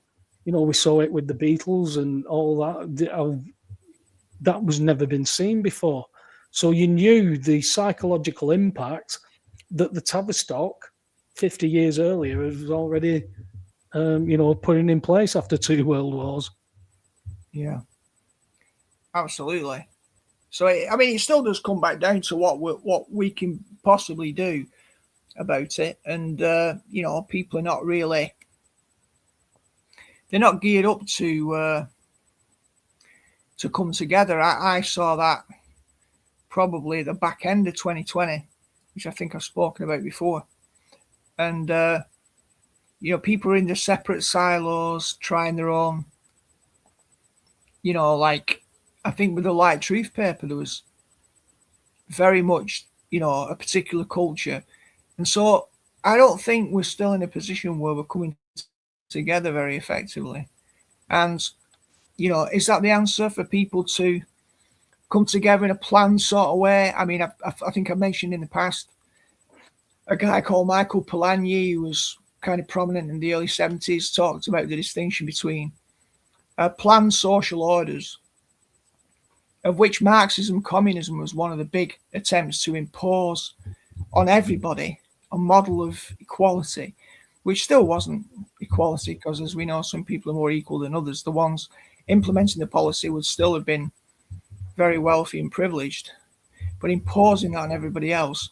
And this was, you know, juxtaposed by Polanyi with spontaneous social orders. You see what happened with the bloodshed in Ireland. At the end of the day, eventually everybody got sick of it. And only at that point, when everyone got sick of it, spontaneously somehow, it changed. And yeah, there were some technical things, the Good Friday Agreement and so on, that were part of it at a policy level politically. But they were only expressions of a sea change in people's willingness to say, we all have something in common. We want an end to the bloodshed. Finally, after decades, it was too much. And until that moment comes, in a spontaneous moment that nobody really plans, you can't force it, because up until that point, every attempt to broker peace and negotiations fails. So the moment has to be right. And typically humans are not very good. They think they've got more power at planning social orders. Communism has really struggled to impose itself. I mean, and it's actually used covert means because it's overt means. And Marx, as a theory, yeah, there are some unreconstructed Marxists who still talk. And then you had the neo-Marxist Frankfurt school trying to re-engineer Marxism in a particular way because his economic theories were shot. So, people will be revisionists to try and get it through. But generally speaking, people do not respond well to Marxist theories, neo-Marxist theories. There might be some acceptance, but there's a lot of resistance. It tends to be different points where people decide to change, and it's usually because they've had enough. And when they're susceptible, when everyone's susceptible, that's when change can happen, not before. Cultural Marxism was quite well accepted, wasn't it? Well, in some quarters it was, but not in others. Certainly in the US, I always remember Sergei Bezmenov saying, was it Sergei Bezmenov? Have I got that name? Yuri Bezmenov. Yuri Bezmenov, where he said when he got defected to the US, he said he couldn't believe how well that cultural Marxism had worked in America. He said over 80% of what we wanted to achieve was already there. No private property. How? Because we're all giving it away. We're putting ourselves in the cargo hold and leaving all our assets for somebody to look after, mate. That's always been our problem. But what we're seeing is all this law stuff being taken against us. We're all being used by that. Everything's being taken and put into a debt cycle that is going to be collapsed. You've got the spiritual side. You've got this little sliver of land called Israel where, people who believe that they own the land because it's chosen by God for them, and that's what makes them saved. That's where all this is housing around. We're seeing their actions being, the mirror. Everybody's looking at them, and people don't like what they're doing. And the more that people say, "What you're doing there," the pointing and shouting anti-Semitism everywhere, and it's like people are going, "This is." You keep doing this, and then it's, oh no, it's the Muslims, it's look over there type thing. But the peace talks, well, Israel started bombing during the start of the peace talks. Whether it's a narrative of a play, whether it's happening or not, this is what's being played out on the screens for everybody over here at least to see. So that narrative is seemingly twofold, because we've got all the resource side being told, we're told with this, there's a scarcity going to be, and we've got the spiritual aspect because the Jews are saying that Trump is the one that is going to usher in our Messiah. He's going to be the helper of the Messiah. They've called him Cyrus. There's something that they're all double edging here, and this is where the kingdom looks like it's going to split, Alex. Where it's going to say, what side are you on? Which way are you going with this? You're going to, you're right. You're right up to this. So who's been involved in all these things that we see the fingerprints of? We seem to see, allegedly, IDF appearing everywhere. We see Israel's fingerprints all over 9/11. The stuff that did to American citizens, and they still paid all that money. It's like it didn't matter. And you've got leaders who say they're Israel first. The leading you, Starmer, says that he'd rather be part of Europe. He'd rather be at Davos than in Westminster. He doesn't care about us. But people are still voting. And it's not good to just get rid of him. Look at Matt Hancock. He did all that. Then he went on, I'm a celebrity. And the end, where is he? Does anybody care? Somebody, I think it was Andrew Bridgen, trying to take him to court, or has still got a court case going. But that's going to be dragged out and out and out until something gives. So I think there's a fulcrum that we're coming to. But we've always said that people need the I think Taylor has referred to him as boogeymen. And, you know, Bin Laden was one of their assets that turned into one of those, or a representative of that. And there's always been allegations about Hamas, how Hamas came about, which in Hebrew is violence, and whether there was fingerprints of Israel on the creation of Hamas. And I don't know if I think Taylor might be privy to this one, but this is when, what's his name? Oh, I've gone blank on his name. Netanyahu? No. You'll see him on screen now, Taylor. Oh, this dude. Yeah, I remember. I forgot. I don't know his name. Yeah. Oh, thanks, mate. Thanks for your help. I know a lot of things. I never claimed I know everything. Whoa, Taylor. I'm trying to play the video. He's called Ron, isn't he? That's him, Ron. What's his last name? Can't remember, but it's Ron Paul? Is it Ron Paul? Ron Paul. How have we drawn a blank there? Ron Paul. I thought it might have been him, but it's because of the shadow and all that, it made it hard to recognize him. Well, yeah, it's Ron Paul. So this is what he had to say. Well, he said it quiet. That was better then and served its purpose. But you'll find out that Hamas was encouraged and really started by Israel because they wanted Hamas to counteract Yasser Arafat. And you say, well, yeah, that was better then and served its purpose, but we didn't want Hamas to do this. So then we as Americans say, well, we have such a good system, we're going to impose this on the world. We're going to invade Iraq and teach people how to be Democrats. We want free elections. So we encourage the Palestinians to have a free election. They do, and they elect Hamas. So we first indirectly and directly through Israel help establish Hamas. Then we have election. Then Hamas becomes dominant, so we have to kill them.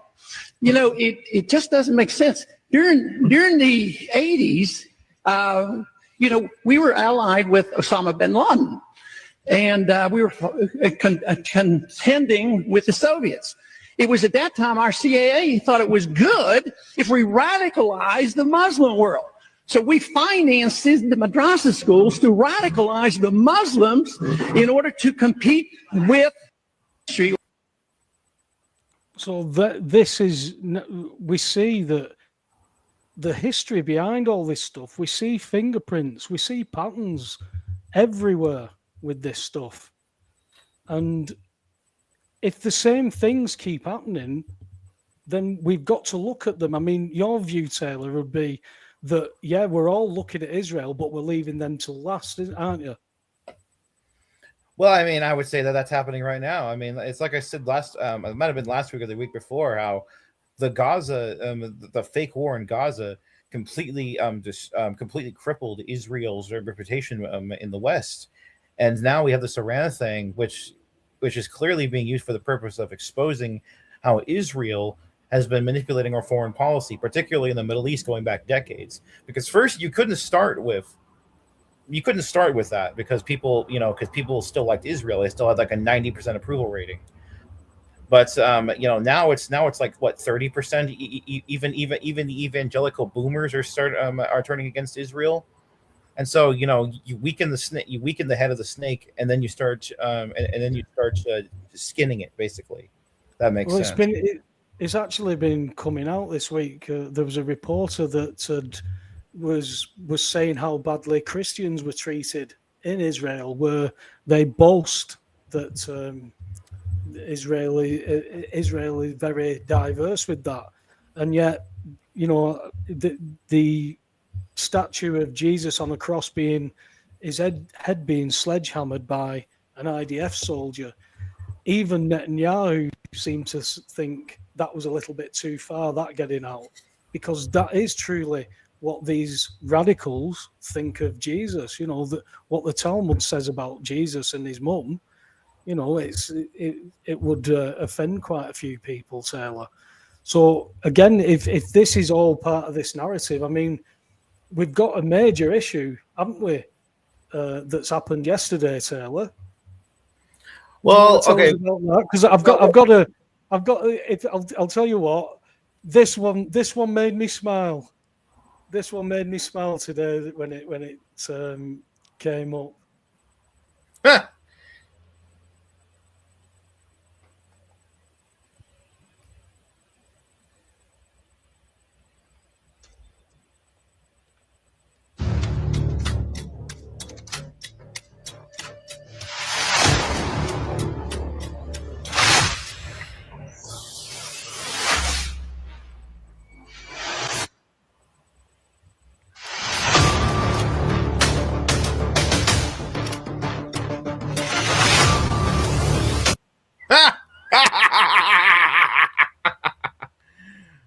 This is great, man. So it's another lone wolf, mate. It's funny, man. Third time's the charm, as they say. Here's the thing. So right now it's 1:44 p.m. for me. I usually wake up at around 10 o'clock a.m. So I've been up for maybe 4 hours or so.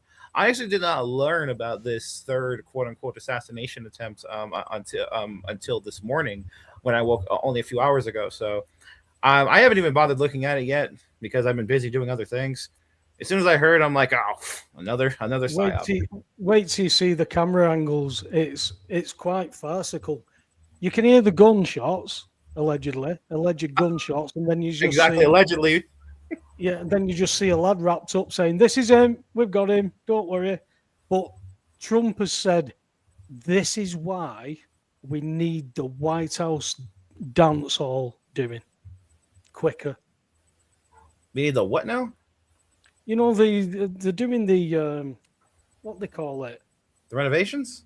No, it's not a renovation. They're building a dining hall or whatever he's calling it. I think I know what you're talking about. Yeah. Yeah, they're in the middle of building it, but he says it's got to be done quicker now because they can shoot at me. So, again, this narrative is it to give Trump, you know, is it to like the norm? Is it to get them to think nicely about Trump again after his warmongering and invading countries and things, or what? Ballroom, thanks, Dinny. It's the ballroom that he's having. Yeah, that's the one. Yeah, the ballroom. I remember that. Okay, I'm going to be honest with you here. I'm not going to give you a definitive answer to that question because I see. Here's the thing: when you're in this movie, right? You can assume that everything, all of these big events are all psyops. But if you want to be able to give the reason as to why each individual event is a psyop, that usually takes at least a day or two of reflecting and analyzing and seeing what the reaction is. This is what we call the 72-hour rule in the Anon movement. Basically saying, you know, give something a little bit of time before giving a definitive answer about what the psyop was particularly for. So I'll come back with you next week on that one, and I'll give you a better answer. No worries. Well, again, when we're seeing this with Israel now, it's you say, as you say, Netanyahu and that all gone. So who in Israel still thinks that they're leading? Because obviously Israel's played a big part in, or on the face of it, of controlling the US for many decades. You're saying that's been put an end to, but they can't obviously just, you know, click the fingers and change it because there might, you know, there'll be a lot of things that could happen. Yeah, a lot of bad things that would happen that we don't want. Well, when the Senate wanted to try and protect the Republic in Rome, they killed Caesar, and they did the exact opposite by killing Caesar because they destroyed the Republic by doing it. So I get it. I get what you're saying.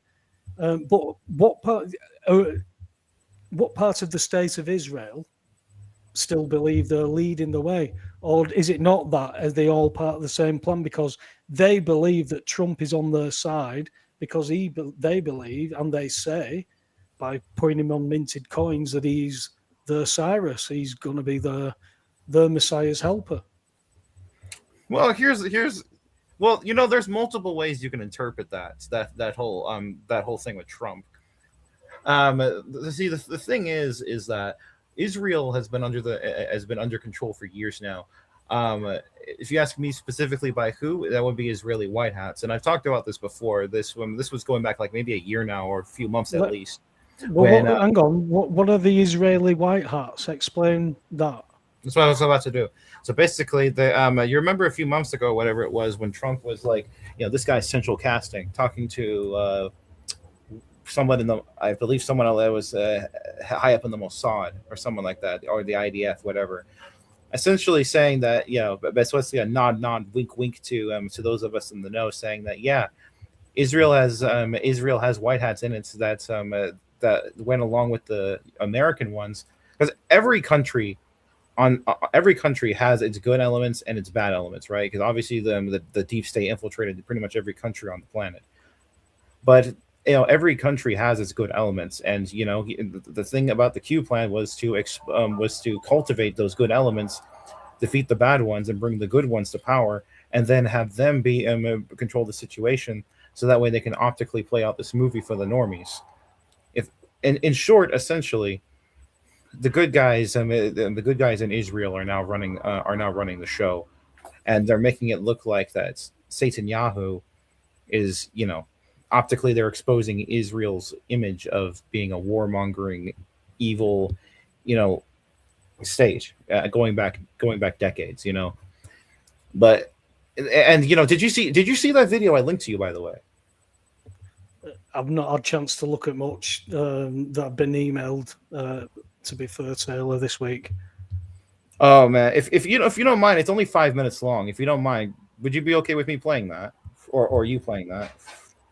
No, we've only got 10-15 minutes, so definitely come on though and play. I'm no problems with, as long as you can explain it and not just say do your own research. Yeah. But explain it, put it in a nutshell for us, because we've not got that long left.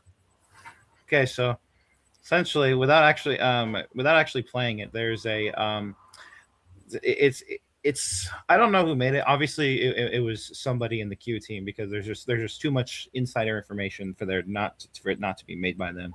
It was posted by General. It was posted on X by General Flynn and who I forget who else. Another big guy did it. Essentially, it's a montage set to the song "Everybody Knows," from the '80s. I forget who the singer. It was REM, wasn't it? Was it not REM? Everybody hurts that. No, it's called "Everybody Knows." But anyway, no, the REM one. The REM one's "Everybody Hurts." Okay, so essentially, the point is that it's played to that song. It's like a 5-minute montage of showing of AI created clips of different things relating to the deep state and the New World Order, and pretty much linking them to Israel. It starts off by showing the Twin Towers on fire. Then it flashes to Charlie Kirk. Then it flashes to Leonard Cohen. Yeah, Leonard Cohen. That's the one. Yeah. So there's a whole bunch of nuggets thrown in there of like deep state operations. You see one with you see Lee Harvey Oswald with Jack Ruby, and then behind them you see some high up government figures and figures in the mafia, and you see JFK and Marilyn Monroe. There's another bit where you see a whole bunch of what's it called? Where it's linking to the thing in Gaza. There's another thing showing Trump symbolically destroying the deep state, destroying Israel. There's a whole bunch. It's a really, really good video. It's gone viral, but so I'm surprised you haven't seen it. But Denny's asked you to post. Well, I might have when I get around to it, mate. Denny has asked you to post the link in the chat. You're gonna have to give me moderation status, because unfortunately my current account does not have that. But well, I can't give you that unless you comment. All right, let me do that real quick. Let me go on to first. Let me get the link, and then I'll go on the stream, and I will do that. Okay. While we're talking about Israel, Alex. Mm-hmm. Oh, hang on a sec. Well, we're talking about Israel. A certain cartoon franchise had something to say. This film is anti-Semitic and it must be stopped. Nonsense! Mel Gibson is a smart, spiritual man. There's nothing anti-Semitic about it. It has reaffirmed all of our faith in Christ. It's made one of our little Jewish boys want to apologize for the death of Jesus. Well, maybe you should apologize. That's right! Is that a real clip or is that AI? That's South Park, as far as I know. Because like, if Allegedly. that's a real clip, if that's a Are you real saying clip from that? the Are you actual... saying South Park wouldn't go that far? I've seen them go a lot worse. No, but like, no, I'm not saying that. I just want to clarify, because if that's the actual South Park, I mean, damn, they are dropping some good red pills on that show. Holy shit, they've clearly commandeered South Park. Hang on, you've made your point there, because that is a franchise that is controlled. So they are supposed to be these revolutionaries, but they're you've just said they're dropping bombs. I mean, not literally, although they might be. But that that's changing the perspective on all of this. And we see the same thing. It's Israel, Israel, Israel, Prince, the state of Israel, not the people, the state. We see all these fingerprints everywhere. I posted in the live chat. Yeah, you say, right, I'll sort you in a sec. But you say that Israel's already under control, so they're playing this game of all, they're involved.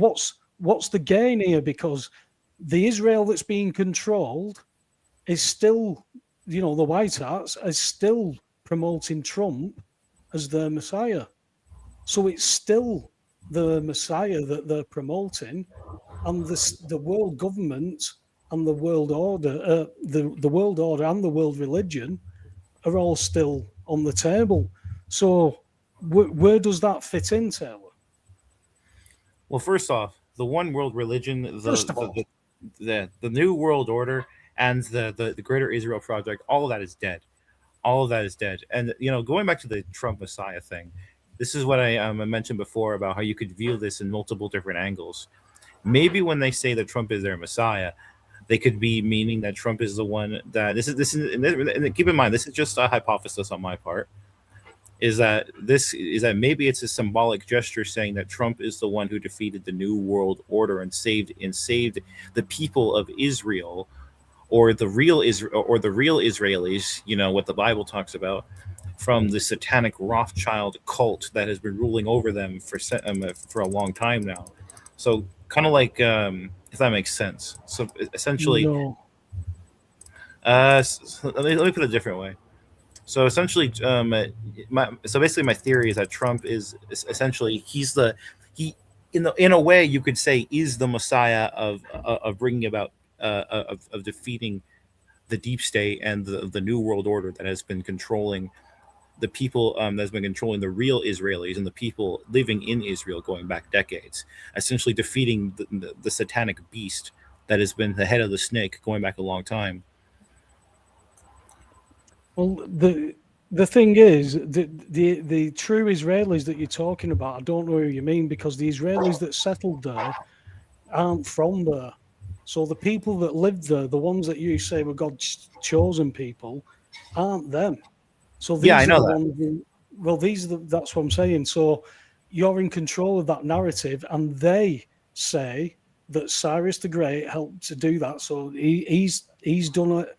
Trump's done that version, and Trump is now being called the Messiah, and rabbis are saying that he's the helper of the Messiah, I should say. He's going to help bring in the Messiah by his actions, but you're saying that they're the good guys along with Trump.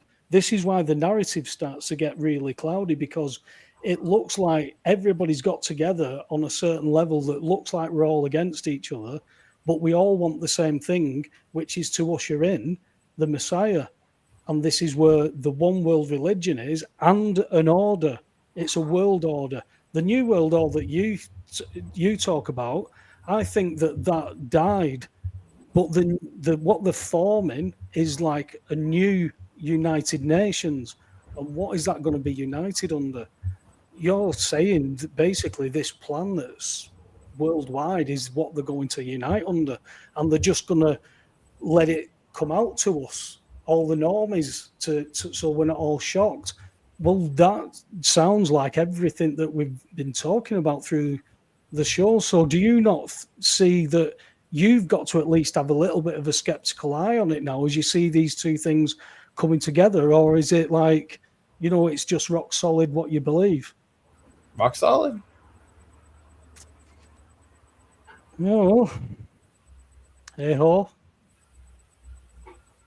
Keep it short and sweet, you know what I mean? But that's the point. It's just what you believe. There's no explanation other than that's the narrative. Well, the narrative is a brainwashed grooming system, which we've all been brought into. And we've got to accept these deaths that may happen or may not happen. We've just got to put all our faith into this and believe. So you're asking me to believe in a plan that just looks like what the Bible is saying. And I've just asked you, are you not got a skeptical lens that it could be not the right thing? And you're rock solid on it. So, I mean, I've never been rock solid when I've been given information that will contrast. I must be honest with you. Well, I mean, no offense, man, but that's just, I feel like that comes down to a lacking of information regarding this whole Q thing. There's no. I don't think you're disrespecting me at all, but you're telling me to believe in a narrative from people, from sources. Well, I've got sources, and they go the same way. So you're asking me to believe in a man lie. And I say to you, well, this information contrasts and you can't compare it. That, to me, I couldn't do, Taylor. Because if you'd have presented me with the Q stuff that says this goes against that, it's this. And you can't. They go parallel because they've got to go parallel because they've got to try and mix these two worlds that they're trying to create. So we go on about the Bible and God every week. And it's like, I'm asking you, have we given you anything for a food for thought? Because you said yourself you've never bothered looking into it. But yet you pray. You said you pray. So yeah. It's like, well, that's what I'm saying, Taylor. The Bible is telling you that what is happening to usher in something. And it's not a good thing. But you are convinced, because these people talk about the golden age, because that's as in the days of Noah. Well, there was a lot of giants about, weren't there, Alex, in those days? Yeah, absolutely. We come back. So anyway, I've just got this clip as well. I don't know if this is the clip that. Oh yeah, that's the clip I played. So I've only got a clip for Alex. I've got a special clip for you, Alex, for when we play out. Lovely. So, Taylor, that video or whatever you've got, just bring them on with you when you come on next week, mate. All right. I think I got the link to you a bit late today, so I only got it to you about 8:30 when I was halfway through the show. So if you'd have been there to come on early, you wouldn't have been able to. So thanks for your patience and coming on later, mate. But just give your stuff out for anybody who's listening, mate, who want to go on. I'll give you a look and a follow. All right, so I am my Rumble handle and my YouTube handle now is the Raconteurs Report. Just search that up. I've been uploading videos every single day, trying to be consistent, trying to get things going, trying to build up a bit of a brand here, if that's the right way to put it. My Twitter handle is also Raconteurs Report. I'm trying to go by the same handle for most of my used accounts, so as way it's consistent. And my email, if you want to email me, is jimpyskippy@gmail.com. And that's really about it. I've got I've got other really good stuff that I would recommend checking out, but they're not mine specifically. So, I'm trying to keep this short and sweet. Can they find that off you? Can they? Yes. Right, that's fair enough. Well, we'll look forward to your analysis on the whatever it was that happened last night next week, then, mate. All right. All right, brother. I'll speak to you through the week. All right. See you. God bless, guys. Catch you later. Yeah. Yeah, mate. So, in wrapping up, Alex, we always seem to talk about a lot, but we've covered a fair bandwidth there, and we've seen the pattern within that bandwidth, and that frequency is forming a reality. Which frequency are we going to get pulled in? I would probably go back to Alice in Wonderland and Lewis Carroll.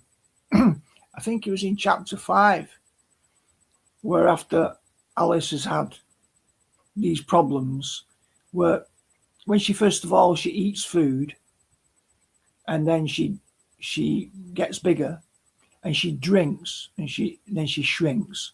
Then later on the rules change. So when she eats, she shrinks, and when she drinks, she gets bigger. And it's funny because she's just got down into the underworld, into the rabbit hole, and the rules change in the rabbit hole. And funnily enough, I think it's in chapter 5.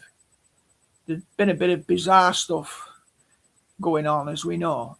And then she sees this blue caterpillar on a fly agaric toadstool.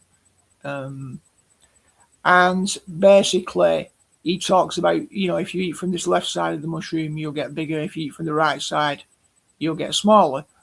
And that's a really telling point by Carroll, because it's saying, actually, in a world of illusion, when you get into this rabbit hole, when you get into this construct, the old rules don't work. And that then means, we know what fly agaric is. It's a hallucinogen. So you have to use the appropriate rules for the appropriate context. If people believe that they're living in a factual reality, where what they see, what they encounter, the constructs that they participate in are authentically real, then they're going to be using algorithms that maybe at one time served them well, enable them to navigate life. But now, because of this illusory nature of things, as we've often talked about, the powerful delusion of 2 Thessalonians chapter 2, if we are in almost a Star Trek holodeck where everything is appearing real on some level, but the laws don't seem to correspond in such a way that you've got any sort of power, you can't reality test, then we need a new set of rules for the situation we find ourselves in. It won't be possible for people to navigate in ways that in the past, could be reliably trusted. So the media is one of the great mediators of illusion. We are fed information from various sources that we have very little control over. So, the other side of this is that AI is powerful. And if you don't just put information in and research, and therefore just get conventional answers, if you're critically intelligent, then ultimately what you can do, you can make AI into a powerful conversation partner and train it to dig deeper, to get access to some of the stuff that might be hidden to you. So you can ask the critical questions and do your research with AI as an assistant. And if you know how to correct some of its biases, it can really help you to drill down. But whatever it is, whether it's new conversation partners with us, domesticating AI rather than it domesticating us, whatever it is, we've got to use tools differently to navigate this construct. And that's the best we can do, using the tools that come to hand that are available to all. But as we keep saying over and over again, the foundation of this show isn't about the false construct. That's just what we're dealing with. It's the true construct, the way, the truth, and the life. And ultimately, if you don't have your bedrock, if you don't have your foundation, you're probably always going to be all at sea. Exactly that. Exactly that, mate. Well, I'll leave you with the. I had to. Oh, I can't. I had to get this one for you, mate. This is just for you.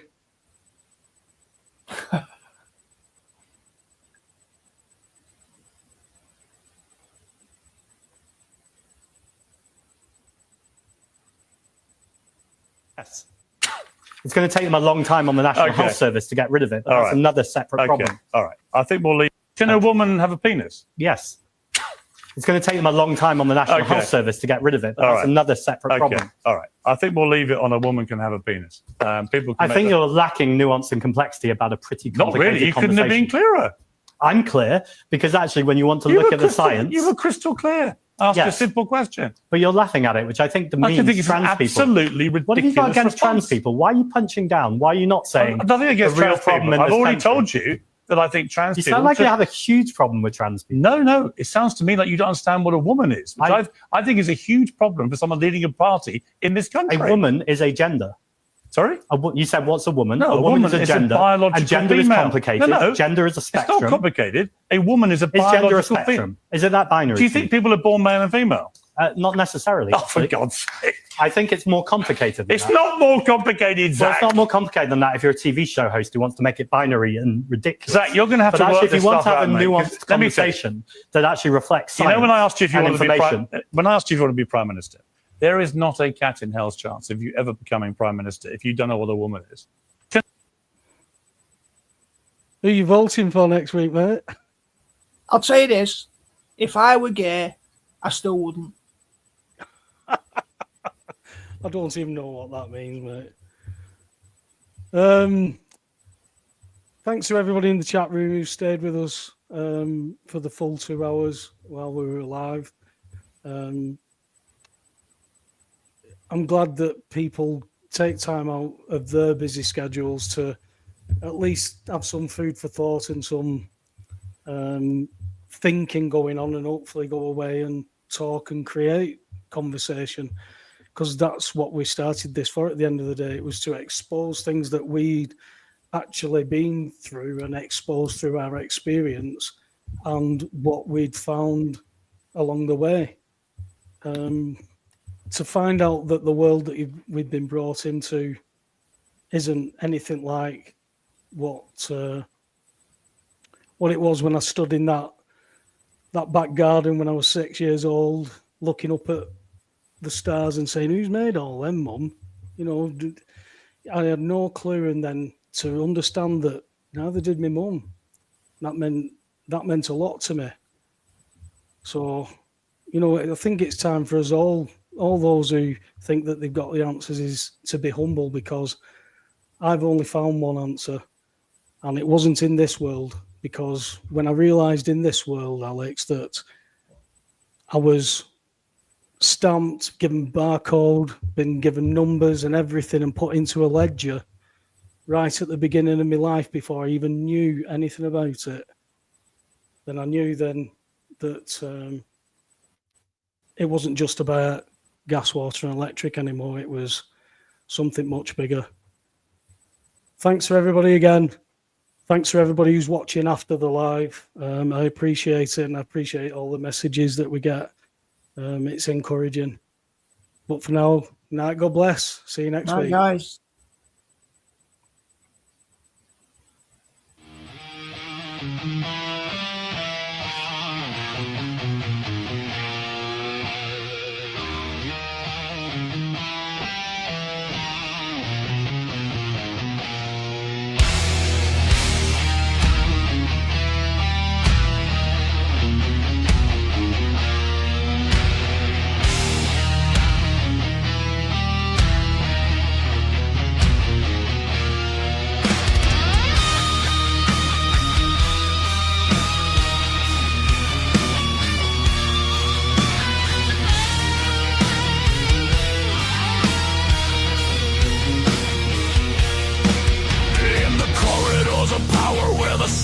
Giants tread.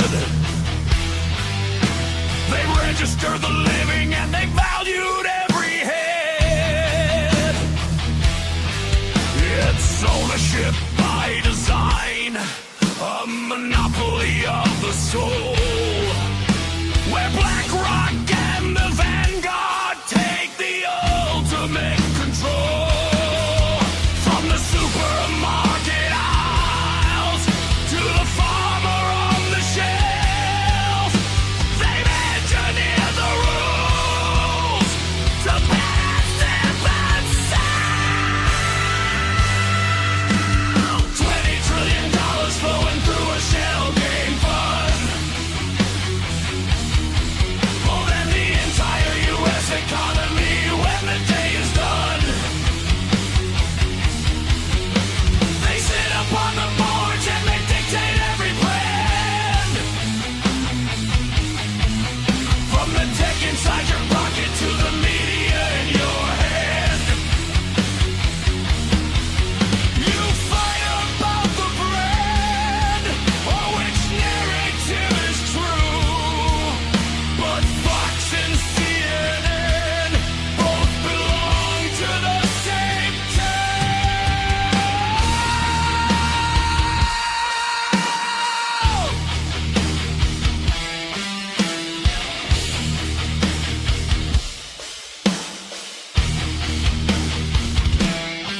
They pull the strings in shadows. They decide who gets the light, which industry will crumble and which rise into the might.